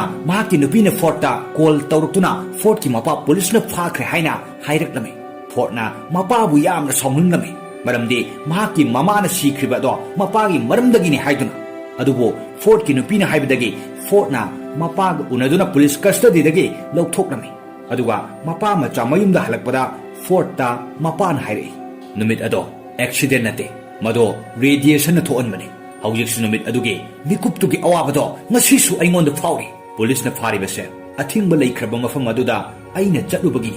aigi imanabana su mafam aduda angpa khonjel ma tai hai maramasina ai mafam aduda chatuna yenglugani aduga aina khangangani madude thokhreba numit adugi thogdokto accident nate haiba asumna 4th su mapaga loina duna mafam aduda laklami amasung makhoina khanglami madude mafam aduda hu chenbu gas amade radiation amata leite haiba tanja aduda police amuk laktuna faraga makhoi bu puki flamasigi ahobu utpa doctor ado amuk ulai doctor aduna scientist aduda mafam aduda hanna lakneba karigino hangbada scientist aduna mahakna mafam aduda tawningliba thabuksing ado pumnamak hairakpada doctor ado ngaklami maramde mahak madugi maramda thoidokna khangamdabana makoina mafam aduda achouba nunggumba amada experiment tawba horaklami madamaduda nunggumba ado lenglakba horai matawadu ubada makoina electric kapsulami asumna achouba nunggumba ado kairaklami amasung manungdagi thawai panba achouba sa ma tholuktuna makoising aduda maigumba ama kapsulaktuna attack tawrai hariba sa ado kuina phajilubadagi thadorpugumna mathakta paikhatuna chatki asumna mafam aduda captain laktuna mafam adudagi chatnaba haibada doctor aduna scientist amade 4th su punna purtum lai scientist adu sa aduna attack torokpadagi yamna sathina soklami army makok aduna chatuna haireklami madude sa asi achamba sanate lainungda radiation ase namtharakpana samudragi arubada chatuna energy lawribani aikhogi company asisu masi thinanaba haiduna semkibani sa ado ngasi fawo hingle sa adugi maming Godzilla koi aduga masigi sa sini mayamna earthquake thokle haina khanaribado sa se Japan power plant adu tamna chalibani maramdi mafam adudagi energy yam lowba ngamnana bahaiduna asumna mafam aduda scientist adu sirami asumna mafam aduda leiriba myoising ado yamna wanarami maramdi ngasi ama siriba asumna hayeng su sa adugi maramdagi sigadra khanbada asumna tanja aduda army makok aduda phone ama laktuna samudra manungdagi angakpa khonjal tai haiduna haire mafam aduda sa adu leiduna nuclear charaga energy lawribani haiba khanglami masiga loi pausing da haire madude achouba sa ado Godzilla dagi hingnaba chenkibani haina amuk handuna achouba sa adu samudra da chatuna atopa sa kaya punshillami doctor adugi team member na haire matam khargi mamangda aikhoina marum ani phangki marum amana Japan gi power plant aduda achouba sa ama onkhre aduga atopa marum amana aikhoina karisu khangma ngamdre marum ado mafam aduda fajana thamkibani asumna marum ama laikiba mafam aduda miyoi khara thaduna yenghallunaba haiki aduga mafam aduda laktuna yengbada marum adudagi sa onduna thokirami asumna khangba ngamki madude sathiba atopa sa amana hairiba yengba lakba marum adudagi onkibani haiba asumna sa aduna atopa mafamda chatuna amang ata kaya thokgalami amasung police singna sa anidu yamna kanna thiba horaklami doctor aduna atopa sa ado footage amada uwa fanglami amasung mahakna sa ado uraga khangke madudi atopa masa panda sa adumna hairiba atopa sa asidi masa pande haiba maramasidagi mahakna research tawba matamda masa panda sa ado amomne aduga masa panda sa aduna